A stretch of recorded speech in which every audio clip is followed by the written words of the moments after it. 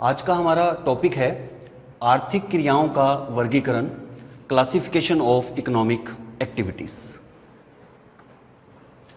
इससे पहले कि हम आर्थिक क्रियाओं के वर्गीकरण के बारे में जानें, हम थोड़ा सा यह समझ लेते हैं कि हम इकोनॉमिक एक्टिविटीज़ या आर्थिक क्रियाएं कहते किसे हैं। अपनी मूलभूत आवश्यकताओं को पूरा करने के लिए मानव द्वारा किए जाने वाले वे सभी क्रियाकलाप जिनसे जीवन यापन के लिए आय प्राप्त होती है, उन्हें हम आर्थिक क्रियाएं कहते हैं। प्रत्येक मनुष्य जो है वो अपना जीवन यापन करने के लिए कुछ ना कुछ काम करता है। वो काम कृषि हो सकता है, कोई किसी फैक्ट्री में काम करना हो सकता है, या कोई भी और एक इंस्टीट्यूशन हो सकती है जिसमें वो कोई नौकरी कर रहा हो। तो उन सब से उसको क्या प्राप्त हो रहा है? उसको एक आय प्राप्त हो रही है जिससे कि वो अपना जीवन सुचारू रूप से चला सके। तो इसमें वो सभी प्रकार की क्रियाएं शामिल की जाएंगी जिनसे उसको कोई आर्थिक लाभ या जिससे उनको कोई आय प्राप्त होती है। भौतिक और सामाजिक पर्यावरण में भिन्नता होने के कारण विश्व के विभिन्न भागों में भिन्न भिन्न आर्थिक क्रियाएं की जाती हैं। ये हम सभी जानते हैं कि पूरी जो हमारी पृथ्वी है उस पर एक समान जो है स्थितियां वो नहीं पाई जाती। कहीं पर पहाड़ हैं, कहीं पर पर्वत हैं, कहीं पर समुद्र हैं, कहीं पर रेगिस्तान है। तो उन सब अलग अलग प्रकार की परिस्थितियों को देखते हुए, अलग अलग प्रकार के भौतिक वातावरण को देखते हुए जो आर्थिक क्रियाएं हैं वो भी हर स्थान पर अलग अलग होती हैं।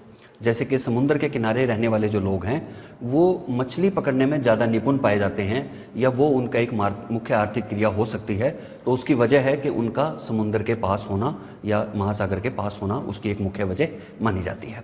इसी प्रकार से अगर हम मैदानी इलाकों की बात करें तो हम पाएंगे कि जो मैदानी इलाके होते हैं उनके अंदर अधिकतर लोग जो हैं कृषि करते हैं, क्योंकि मैदानी इलाके जो हैं वो कृषि के लिए ज़्यादा उपयुक्त माने जाते हैं।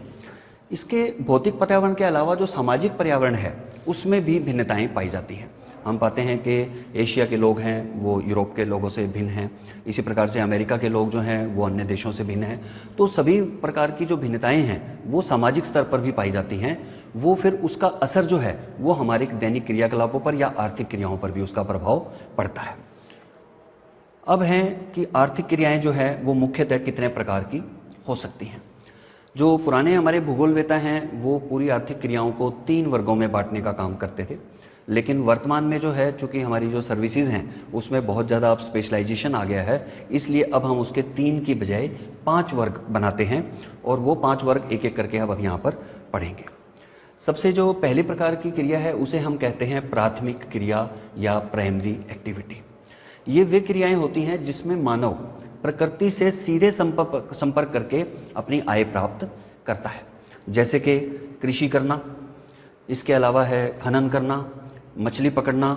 ये सभी प्रकार की प्राथमिक क्रियाएं हैं, क्योंकि इनके अंतर्गत हम क्या कर रहे हैं, प्रकृति के सीधा संपर्क करके हम उससे कोई चीज़ ऐसी प्राप्त कर रहे हैं जो हमें आय प्रदान करती है। दूसरे प्रकार की जो सेवाएं हैं उन्हें हम कहते हैं द्वितीयक या क्रियाएं भी कह सकते हैं। द्वितीयक क्रियाएं, इसमें क्या होता है कि जो हमें प्राथमिक उत्पाद मिलते हैं उनके हम रूप और गुण उन्हों में थोड़ा सा परिवर्तन कर देते हैं। उस रूप और गुण को परिवर्तन करने से क्या होता है कि उसका आर्थिक महत्व बढ़ जाता है, या उस चीज़ का जो लाइफ है वो थोड़ी सी लंबी हो जाती है, या उसकी उपयोगिता अन्य तरीके से थोड़ी बढ़ जाती है, तो उसका मूल्य भी अधिक हो जाता है। तो जब उसे हम अधिक उपयोगी बना देते हैं, अधिक मूल्यवान बना देते हैं, तो उस पूरी क्रिया को जो प्राथमिक क्रियाओं से हम द्वितीयक उत्पादन प्राप्त करते हैं उन क्रियाओं को कहा जाता है द्वितीयक या सेकेंडरी एक्टिविटीज़। इसके बाद है तृतीयक या टर्शरी। ये प्राथमिक और द्वितीयक दोनों प्रकार के उत्पादों को उत्पादित करने में आपको मदद करती हैं। इसके बिना आपके जो प्राथमिक और द्वितीयक उत्पाद हैं वो सही तरीके से उत्पादित नहीं किए जा सकेंगे। जैसे कि यातायात की व्यवस्था। अब जैसे अगर आपके पास यातायात के साधन नहीं हैं तो आप किसी उद्योग के लिए ना तो कच्चा माल मंगवा पाएंगे और ना ही आप तैयार माल कहीं पर भेज पाएंगे। ऐसे ही संचार है, व्यापार है, ये सभी तृतीयक सेवाएं हैं जो प्रत्यक्ष तौर पर चाहे कुछ भी उत्पादन ना करें, लेकिन आपकी जो प्राथमिक क्रियाएं और द्वितीयक क्रियाएं हैं उनको दोनों को जो है वो सुचारू रूप से चलाने में मदद करती हैं। इसके बाद है चतुर्थक या क्वाटरनरी सर्विसेज। इनमें क्या होता है कि है तो ये भी एक प्रकार की सर्विसेज ही जैसे कि टर्शरी के अंदर थी, लेकिन इसमें उन लोगों को शामिल किया जाता है जिनका बौद्धिक स्तर वो थोड़ा सा उच्च होता है। यानी कि उनके पास कुछ एक ऐसी स्पेशलाइजेशन होती है जो सामान्य व्यक्तियों के पास नहीं होती, जिसकी वजह से कि वो उत्पादन में जो रोल निभाते हैं वो एक सामान्य व्यक्ति नहीं निभा सकता। तो ये चतुर्थ सेवाओं के अंदर हम इसको शामिल करते हैं। इसके बाद है अंतिम, वो है पंचम या क्वीनरी। इसमें हम सर्विसेज के ही उच्चतम स्तर के अधिकारियों को शामिल करते हैं। यहाँ पर हमने उच्च स्तर के किए थे जो चतुर्थक थे, इसमें पंचम में हम क्या करते हैं, उच्चतम यानी कि सबसे जो अच्छे हैं। तो ये भी एक प्रकार की सर्विसेज हैं, लेकिन ये सर्विसेज के अंदर जो आपका बौद्धिक स्तर है वो बहुत ही उच्च स्तर का होना चाहिए, यानी कि आपकी जो नॉलेज है उसका प्रयोग समाज के सुधार के लिए या एक नया दिशा देने के लिए किया जाता है। तो उस प्रकार की सर्विसेज को हम लोग कहते हैं पंचम। जैसे कि कोई निर्णय लेने वाले अधिकारी हैं, कोई बहुत बड़े साइंटिस्ट हैं, कोई रिसर्चर्स हैं, तो वो समाज को एक नई दिशा देने का काम करते हैं, तो उन्हें हम लोग कहते हैं क्विनरी एक्टिविटीज़। इनको अब हम डिटेल में एक एक करके पढ़ेंगे। सबसे पहले है प्राथमिक क्रियाएं या प्राइमरी एक्टिविटीज़। प्राथमिक आर्थिक क्रियाएं वह क्रियाएं होती हैं जिसमें मानव प्रकृति द्वारा प्रदान किए गए संसाधनों जैसे कि पानी, मिट्टी, वनस्पति, खनिज, इनका सीधा प्रयोग करके अपनी आवश्यकताओं की पूर्ति करता है। इन्हें हम प्राथमिक क्रियाएं कहते हैं। और इसके एग्जाम्पल क्या क्या हैं, जैसे खेती करना। खेती करने में आप क्या कर रहे हैं, आप उसमें मिट्टी का प्रयोग कर रहे हैं और आप उसमें पानी का प्रयोग कर रहे हैं। जो तापमान है वो भी एक मुख्य भूमिका उसके अंदर निभाता है। तो मिट्टी है, पानी है, या आपका जो तापमान है सूर्य से जो प्राप्त होता है, वो तीनों ही एक प्रकार से क्या है, प्राकृतिक संसाधन है जिसका हम सीधा प्रयोग करते हैं और अपनी खेती की जो आवश्यकताएं हैं उसके लिए, आपको चाहे गेहूँ बोनी हो, चाहे आपको चावल उगाना हो, कुछ भी उगाना हो, तो इन तीनों चीज़ों से उसकी पूर्ति हो जाती है। इसके अलावा है शिकार करना जंगलों में। तो जंगलों में प्राकृतिक तौर पर वनस्पति उगी हुई होती है, वो घने जंगल होते हैं, उनके अंदर अनेक प्रकार के जीव जंतु पाए जाते हैं। जब आप उनका शिकार करते हैं तो वो भी एक प्रकार की प्राथमिक क्रिया कहलाती है। ऐसे ही मछली पकड़ना है कि समुद्र के अंदर जो मछलियाँ हैं वो प्राकृतिक तौर पर पैदा होती हैं, और जब हम उन्हें पकड़ते हैं तो वो हमारे लिए भोजन का काम भी करती हैं और आय का काम भी करती हैं, तो वो भी एक प्रकार की प्राथमिक क्रिया कहलाती है। इसके अलावा है पशुचारण और पशुपालन, यानी कि ये भी एक पुराना व्यवसाय रहा है मनुष्य का, जिसमें कि वो अपने साथ कुछ जानवरों को पाल के रखता है और उन जानवरों से उसको दूध है, मांस है, या ऐसी कुछ अन्य ज़रूरत की चीज़ें और आय दोनों प्राप्त होती हैं। तो इन्हें भी हम प्राथमिक क्रिया में शामिल करते हैं।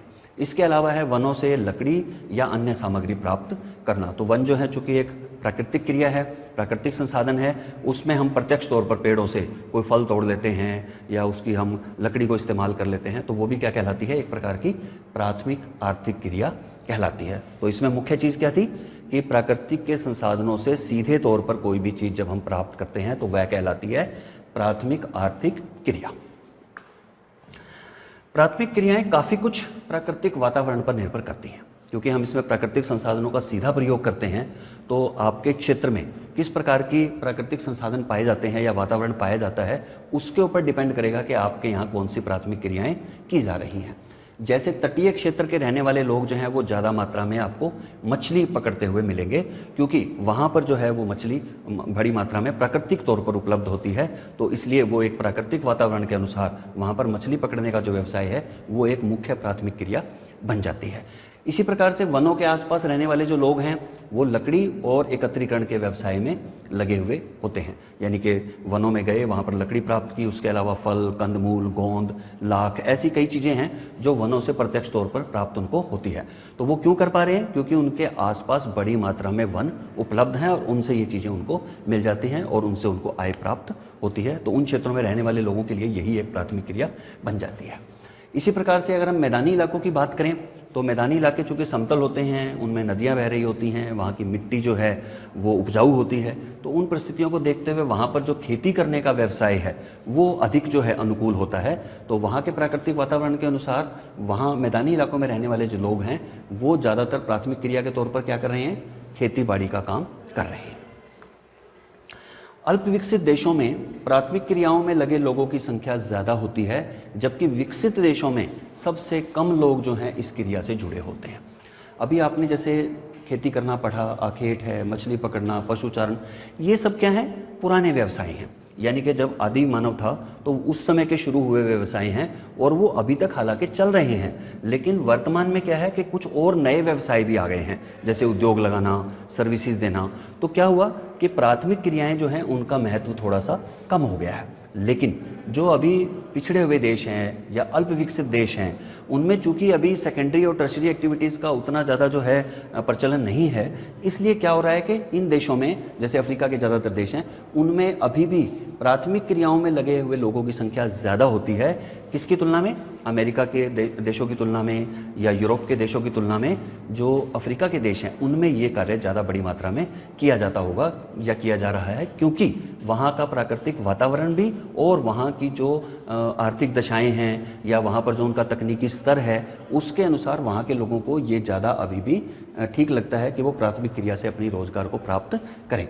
जबकि विकसित देशों में क्या है कि वहाँ टेक्नोलॉजी का लेवल बड़ा हाई होता है, जिसकी वजह से वहाँ पर ज़्यादा आबादी जो है वो या तो सेकेंडरी एक्टिविटीज़ में लगी हुई है या वो टर्शरी एक्टिविटीज़ में लगी हुई होती है। तो उन देशों के अंदर जो प्राथमिक क्रियाएं हैं उनकी हिस्सेदारी काफ़ी कम पाई जाती है।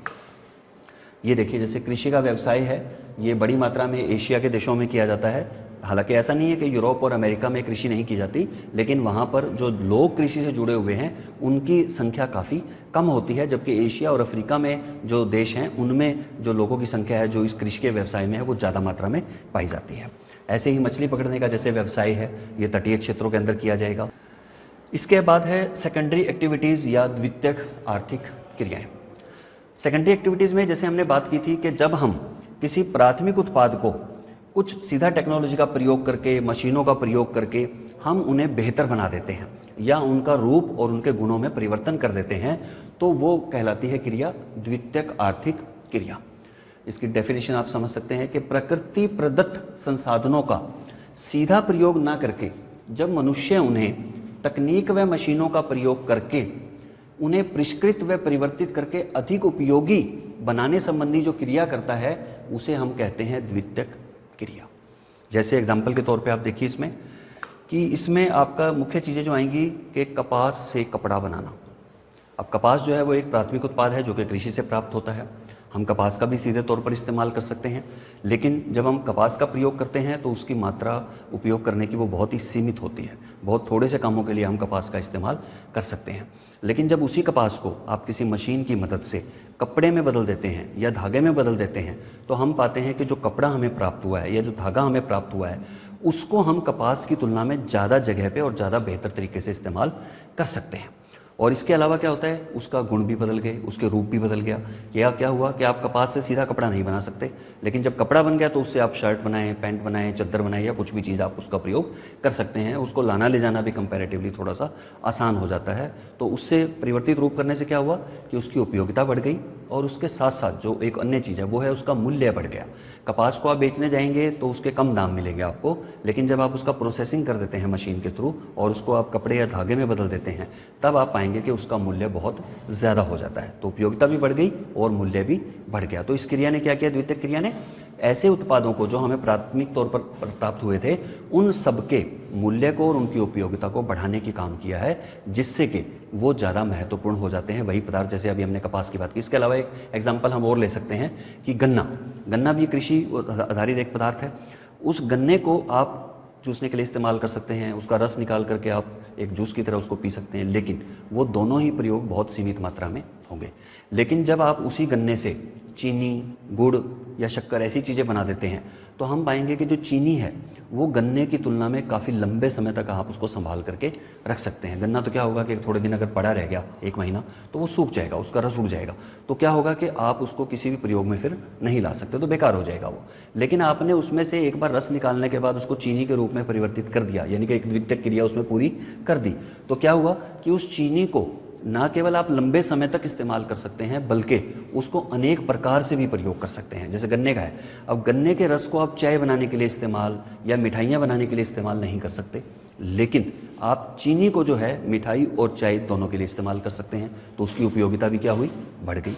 इसके अलावा गन्ने का परिवहन करना जो है एक मुश्किल और महंगा साधन है, जबकि चीनी का जो यातायात करना या उसको एक जगह से दूसरी जगह भेजना सस्ता भी है और आसान भी होता है। तो इस प्रक्रिया ने जो कपास से कपड़ा बनाने की प्रक्रिया थी या गन्ने से चीनी बनाने की जो प्रक्रिया थी वो द्वितीयक क्रिया थी। इसने क्या किया, उनकी उपयोगिता को बढ़ा दिया, उसकी लाइफ को बढ़ा दिया और उसके मूल्य को भी बढ़ा दिया। इसके अंतर्गत हम क्या क्या चीज़ें करते हैं? इसके अंदर हमारा बेस होता है उत्पादन की तकनीक, यानी कि जिस देश के पास जितनी बेहतर तकनीक होगी उसके पास उतनी ही अच्छी टाइप की मशीनरी होगी, उतनी ही अच्छे टाइप के वो उत्पादन तैयार कर पाएंगे। इसके अंदर जो है कई प्रकार की चीज़ें आती हैं, जैसे उद्योग है, खाद्य प्रसंस्करण है, ये सारी क्रियाएं किसके अंतर्गत आती हैं? द्वितीयक क्रियाओं के अंतर्गत आती हैं। कैसे और क्यों महत्वपूर्ण है हमारी ये सेकेंडरी एक्टिविटीज़? तो वैसे जनरल तो बात हमने कर ही ली कि इससे क्या हो रहा है कि आपका उपयोग बढ़ रहा है, उसका वस्तु का मूल्य बढ़ रहा है, उनको एक जगह से दूसरी जगह ले जाना आसान हो रहा है। तो ये एक एक करके हम थोड़ा सा इनको डिटेल में भी पढ़ लेते हैं। जैसे क्या है, प्राथमिक उत्पादों की उपयोगिता बढ़ाने के लिए उनके रूप में परिवर्तित करना। तो रूप बदलने से क्या होता है कि उसका जो उपयोग करने का ढंग है वो बिल्कुल बदल जाता है, उसकी उपयोगिता ज़्यादा हो जाती है। जैसे अभी हमने बात की कपास की तुलना में कपड़ा, तो कपड़ा जो है वो क्या हो गया? रूप में परिवर्तन हो गया, और रूप में जैसे ही परिवर्तन हुआ तो क्या हुआ कि उसकी उपयोगिता बढ़ गई, उसका मूल्य बढ़ गया। इस क्रिया से संसाधन के मूल्य में बढ़ोतरी होती है। मूल्य में बढ़ोतरी, जैसे अभी हम बात कर रहे थे, कपास अगर आप बेचने जाएंगे तो आपको कम दाम मिलेंगे उसके, लेकिन आप कपड़ा बेचेंगे तो आपको ज़्यादा मूल्य मिलेगा। इसी प्रकार से आप गन्ना बेचने जाएंगे तो आपको कम कीमत प्राप्त होगी, लेकिन जब आप चीनी बेचेंगे तो उस पर आपका लाभ बढ़ जाएगा या उसका मूल्य बढ़ जाएगा। गन्ने से चीनी बनाना, कपास से कपड़ा बनाना, लोहे से स्टील तैयार करना, ये कुछ उदाहरण हैं जो सेकेंडरी एक्टिविटीज़ के हैं जिनमें आपने रूप बदल करके और उसकी उपयोगिता को और मूल्य को बढ़ा दिया। जैसे जैसे कोई देश तरक्की करता जाता है, यानी कि डेवलपमेंट की तरफ बढ़ता जाएगा, वैसे वैसे इन देशों में द्वितीयक सेवाओं की हिस्सेदारी प्राथमिक क्रियाओं की तुलना में बढ़ जाती है। ये बात हमने प्राथमिक क्रिया के टाइम पे भी पढ़ी थी कि प्राथमिक क्रियाएं जो हैं वो ज़्यादातर अभी अल्प विकसित देशों में की जाती है। ये पहले भी बताया था कि ऐसा नहीं है कि विकसित देश बिल्कुल आर्थिक क्रियाएं, जो प्राथमिक क्रियाएं वो नहीं कर रहे, वो भी प्राथमिक क्रियाएं कर रहे हैं, लेकिन उनमें जो लोगों की हिस्सेदारी है वो लगातार कम होती चली जाती है। जैसे जैसे कोई देश विकास करता जाएगा तो उनमें किस चीज़ की हिस्सेदारी बढ़ती जाएगी? उसमें द्वितीयक आर्थिक क्रियाओं की हिस्सेदारी बढ़नी शुरू हो जाएगी, क्योंकि उसके लिए जो तकनीक चाहिए होती है वो आमतौर पर विकसित देशों के पास ही पाई जाती है। तो जैसे जैसे कोई देश विकसित होता जाएगा उसके पास अच्छी तकनीक, अच्छी मशीनें आती चली जाएंगी, वैसे वैसे उसकी जो हिस्सेदारी है वो प्राथमिक क्रियाओं से बदल करके किसकी तरफ शिफ्ट हो जाएगी? द्वितीयक क्रियाओं की तरफ शिफ्ट हो जाएगी। ये कुछ एग्जाम्पल हैं, जैसे कि ये देखिए, आप बिस्कुट बनाना है आटे से, ये क्रिया है इसके अंतर्गत। ये मशीन लगी हुई है जिसके अंदर धागा जो है बुना जा रहा है, तो ये क्रिया है। इन दोनों क्रियाओं में हम क्या करें? रूप और गुण दोनों को बदलने का काम कर रहे हैं। अब बात करते हैं हम टर्शरी इकोनॉमिक एक्टिविटीज़ की। इस क्षेत्र को सेवा क्षेत्र भी कहते हैं। वजह क्या है कि यह क्रिया प्रत्यक्ष तौर पर कोई उत्पादन नहीं करती, यानी डायरेक्टली कुछ भी प्रोडक्शन करने में आपका कोई रोल नहीं होता इसका, लेकिन यह प्राथमिक और द्वितीयक सेवाओं को सुचारू रूप से चलाने के लिए अति आवश्यक है, बहुत ज़रूरी होती है। कैसे? एग्जाम्पल देख लीजिए। वाणिज्य और व्यापार। वाणिज्य और व्यापार में आप क्या कर रहे हैं? एक वस्तु को एक स्थान से खरीदते हैं और दूसरे स्थान पर उसको ले जा करके बेच देते हैं। तो जब आप कोई वस्तु खरीद रहे हैं, उत्पादन तो तब भी नहीं कर रहे, जब आप उस वस्तु को बेच रहे हैं तब भी आप उत्पादन नहीं कर रहे। लेकिन ये एक महत्वपूर्ण आर्थिक क्रिया है, क्योंकि किसान ने कोई फसल बोई और उसने उसको बाजार में ले जा करके बेच दिया, तो जो खरीदने वाला था उसने एक व्यापारी के तौर पर आपसे फसल को खरीद लिया। उत्पादन तो किसने किया था? किसान ने किया था, वो प्राथमिक क्रिया थी। लेकिन जब आपने उससे गेहूं खरीद ली और खरीद करके आपने मान लिया हरियाणा और पंजाब से खरीदी और उसे पश्चिमी बंगाल में जाकर के बेच दिया, तो वो एक प्रकार का व्यापार की क्रिया है जिसमें उत्पादन डायरेक्टली कुछ नहीं किया उस व्यापारी ने, लेकिन उसने एक महत्वपूर्ण भूमिका निभाई। कैसे? अगर वो उत्पादन वहाँ से नहीं खरीदता तो किसान को उसकी फसल के दाम नहीं मिल पाते अच्छे, और अगर वो जहाँ ज़रूरत थी गेहूं की वहाँ नहीं बेचता तो वहाँ के लोगों को गेहूं प्राप्त नहीं हो सकती थी। तो ये जो एक प्रकार की सर्विस है, कौन सी? वाणिज्य और व्यापार की, ये प्राथमिक उत्पादों को अच्छी तरह से डिस्ट्रीब्यूट करने में मदद करती है, जिससे बेचने वाले को भी फ़ायदा है और ख़रीदने वाले को भी फ़ायदा हो जाता है। इसके बाद दूसरी जरूरी चीज़ है वो है यातायात। अब किसी वस्तु का जब आपने उत्पादन कर दिया तो आप उस उत्पादन को सारे को घर पर तो इस्तेमाल करेंगे नहीं, आप जाहिर सी बात है कि उसको बाज़ार में बेचने के लिए इस्तेमाल करना चाहेंगे। तो क्या होगा कि आपको उसके लिए बाज़ार तक पहुंचाने के लिए उस उत्पादन को, चाहे वो गेहूं हो, चाहे वो चावल हो या कोई भी और फसल हो सकती है, उन सबको आपको मार्केट तक पहुँचाने के लिए किसकी आवश्यकता पड़ेगी? यातायात के साधन की आवश्यकता पड़ेगी। इसके अलावा जैसे मान लीजिए आयरन एंड स्टील इंडस्ट्री है, जो एक द्वितीयक प्रकार की क्रिया है, लेकिन उसमें भी क्या हो रहा है कि आपको कच्चा माल यानी कि कच्चा लोहा वो फैक्ट्री तक पहुंचाना है तो भी यातायात के साधन चाहिए। आपने जो तैयार स्टील किया फैक्ट्री में द्वितीयक क्रिया के तहत, उसको भी बाजार तक भेजने के लिए आपको क्या चाहिए? यातायात के साधन की आवश्यकता पड़ेगी। तो अब यातायात अपने आप तो कोई उत्पादन नहीं कर रहा, लेकिन वो प्राथमिक और द्वितीयक क्रियाओं को सुचारू रूप से चलाने में आपकी मदद कर रहा है। इसी प्रकार से संचार है कि जब आप किसी को इंटरनेट के माध्यम से ईमेल भेजते हैं या कोई जानकारी देते हैं या आप कोई भी टेलीफोन के थ्रू किसी से बात करते हैं, तो वो कुछ भी उत्पादन नहीं कर रही, लेकिन आप उससे क्या पता कर रहे हैं, किसी जगह का भाव पता कर रहे हैं, किसी जगह की मांग कितनी है, किसी जगह पे किसी चीज़ की वो पता कर रहे हैं। तो वो किसके माध्यम से पता कर रहे हैं, आप संचार के माध्यम से आप उसको पता कर रहे हैं। बीमा है, बैंकिंग है, जब जैसे बैंकिंग है, बैंकिंग के अंदर क्या है कि व्यापारी लोग हैं जो डायरेक्ट उत्पादन नहीं कर रहे, लेकिन वो क्या कर रहे हैं कि जिससे फसल खरीदी है उसको पैसा देना है और जहां आपको बेचनी है वहां से पैसा प्राप्त करना है। तो दोनों में आपको बैंक जो है वो हेल्प करता है कि आपको कैश ना ले जाना पड़े, आप उसको बैंक के माध्यम से एक राशि को एक जगह से प्राप्त कर सकते हैं और दूसरी जगह उसको देने का काम कर सकते हैं। दूरसंचार है, शिक्षा है, चिकित्सा है, तो ऐसी अनेक सेवाएं हैं जिन्हें हम तृतीयक क्रियाएं कहते हैं। ये प्रत्यक्ष तौर पर उत्पादन नहीं करती, लेकिन इनका प्राथमिक और द्वितीयक क्रियाओं को सुचारू रूप से चलाने में बहुत ज़्यादा महत्वपूर्ण भूमिका होती है। विकसित देशों में इन क्रियाओं की भागीदारी ज़्यादा और अल्प विकसित देशों में इस क्रिया के लोगों का योगदान कम होता है। ये बात हमने पहले भी की थी कि विकसित देश जो होते हैं उनमें लगातार जो है वो अपना क्रियाओं का रूप बदलता जाता है। अल्प विकसित देश थे, उनमें प्राथमिक क्रियाएं ज़्यादा थी। जो देश थोड़े से और विकसित हो गए उनमें द्वितीयक क्रियाएं ज़्यादा होने लगी, और जो देश और ज़्यादा विकसित हो गए उनमें जो है वो तृतीयक प्रकार की यानी कि टर्शरी इकोनॉमिक एक्टिविटी जो है वो ज़्यादा मात्रा के अंदर आ गई। तो जैसे जैसे डेवलपमेंट होती जाएगी वैसे वैसे किसी देश में कौन सी क्रिया ज़्यादा महत्वपूर्ण होती जा रही है, किसकी हिस्सेदारी ज़्यादा महत्वपूर्ण होती जा रही है, वो उस देश के विकास का एक सूचक है। तो जो देश जितना विकसित होगा उसमें उतनी ही तृतीयक सेवाओं की भागीदारी ज़्यादा होती जाएगी, और जो देश जितने कम विकसित होंगे उनमें उतनी ही प्राथमिक क्रियाओं की भागीदारी या द्वितीयक क्रियाओं की भागीदारी ज़्यादा होगी। किसकी तुलना में? तृतीयक इकोनॉमिक एक्टिविटीज़ की तुलना में। अगली हमारी आर्थिक क्रिया है क्वाटरनरी इकोनॉमिक एक्टिविटी या चतुर्थक आर्थिक क्रियाएं। ये तृतीयक जो हमने सेवाएं अभी पढ़ी थी उसी का अगला रूप है, यानी कि इसमें हम थोड़ी सी जो विशेषता वाले लोग होते हैं जिनके पास कुछ विशेष बौद्धिक स्तर होता है एक, उन्हें शामिल करते हैं। तृतीयक क्रियाकलापों से निकला एक ऐसा वर्ग जो उच्च स्तर के बौद्धिक क्रियाकलापों से संबंधित है, यानी कि तृतीयक सेवाओं के अंदर भी लोग जो हैं वो अपनी सेवाएं दे रहे थे और यहाँ पर भी लोग अपनी सेवाएं ही देंगे, लेकिन यहाँ पर उस प्रकार की सेवा देने से पहले उनका जो बौद्धिक स्तर है वो बहुत ही अच्छी क्वालिटी का होना चाहिए या उच्च स्तर का होना चाहिए, और उस बौद्धिक स्तर को प्राप्त करने के लिए उनको कुछ बेसिक जो है एजुकेशन पहले प्राप्त करनी पड़ती है। अगर वो बेसिक एजुकेशन उनके पास नहीं होगी तो वो इस प्रकार की क्रिया में भाग नहीं ले सकते हैं। जैसे फॉर एग्जाम्पल एजुकेशन है कि स्कूल में कोई मास्टर है जो बच्चों को पढ़ाता है या महाविद्यालय में कोई प्राध्यापक है जो बच्चों को पढ़ाता है, तो उन दोनों को बच्चों को शिक्षा देने से पहले स्वयं को जो है वो एक शिक्षा के स्तर पर ले जाना पड़ेगा, यानी कि उसकी शिक्षा का खुद का जो स्तर है वो काफ़ी ऊंचा होना चाहिए। जैसे महाविद्यालय में अगर आप प्राध्यापक लगना चाहते हैं तो आपकी जो एक मिनिमम क्वालिफिकेशन है वो MA, MCOM या MSc होती है। तो उसका वजह क्या होती है? वो ये होती है कि ताकि आप एक विषय में पूरी दक्षता हासिल कर लें और तब जा कर के आप बच्चों को उसके विषय के बारे में ज़्यादा अच्छी जानकारी दे पाएंगे। इसी प्रकार से सूचना प्रौद्योगिकी है या इंफॉर्मेशन टेक्नोलॉजी है। हम देखते हैं कंप्यूटर में बहुत प्रकार के सॉफ्टवेयर्स होते हैं, तो वो सॉफ्टवेयर हमें देखने में तो बड़े आसान से लगते हैं, लेकिन उनको तैयार करने में बहुत सारे दिन भी लगते हैं और कई बार तो कई महीने लग जाते हैं उस सॉफ्टवेयर को तैयार करने में, और उसके लिए बहुत ही ज़्यादा तकनीकी क्षमता का होना ज़रूरी है। वो तकनीकी क्षमता उनके पास कहाँ से आएगी? वो तकनीकी क्षमता आएगी जो उन्होंने किसी कॉलेज या किसी इंस्टीट्यूशन से जो उन्होंने बेसिक जानकारी उस सॉफ्टवेयर को बनाने के लिए प्राप्त की है, तब कहीं जा करके वो सॉफ्टवेयर को बना पाते हैं। तो ये एक सामान्य जो काम करने वाला व्यक्ति है और जो एक विशेषज्ञता है उनमें दोनों में एक अंतर को स्पष्ट करता है यहाँ पर।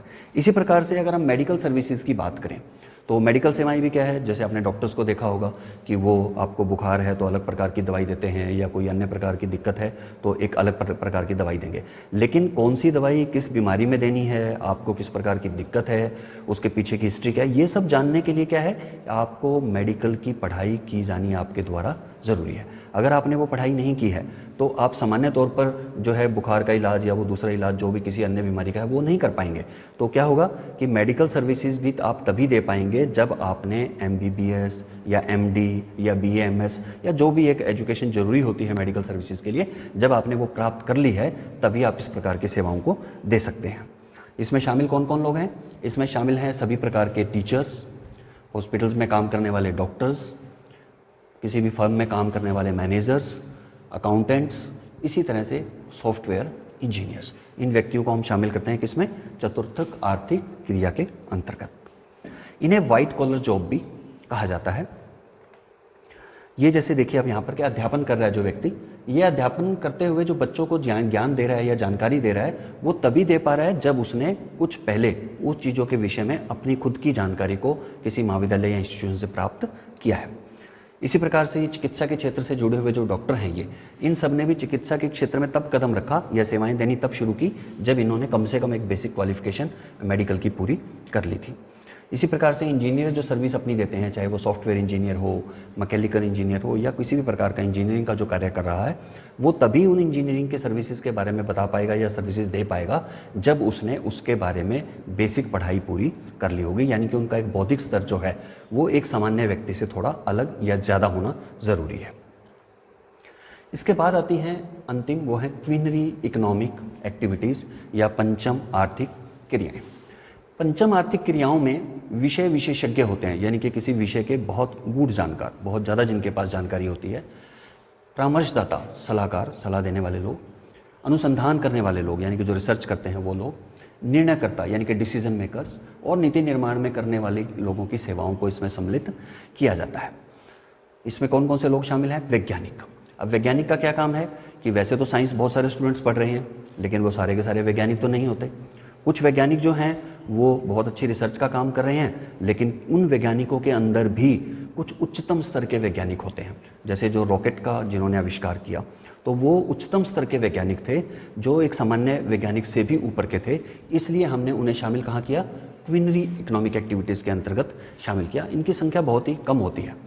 इसी प्रकार से अनुसंधान करता है, यानी कि रिसर्चर्स हैं जो समाज की समस्याओं को पहले समझते हैं, फिर उसके बारे में बहुत डिटेल में जानकारी हासिल करते हैं, सर्वे के माध्यम से, किताबों के माध्यम से, इंटरनेट के माध्यम से, और उस जानकारी को प्राप्त करने के बाद वो किसी निर्णय पर पहुंचते हैं ताकि आम लोगों को उस अनुसंधान का जो है वो फ़ायदा मिल सके।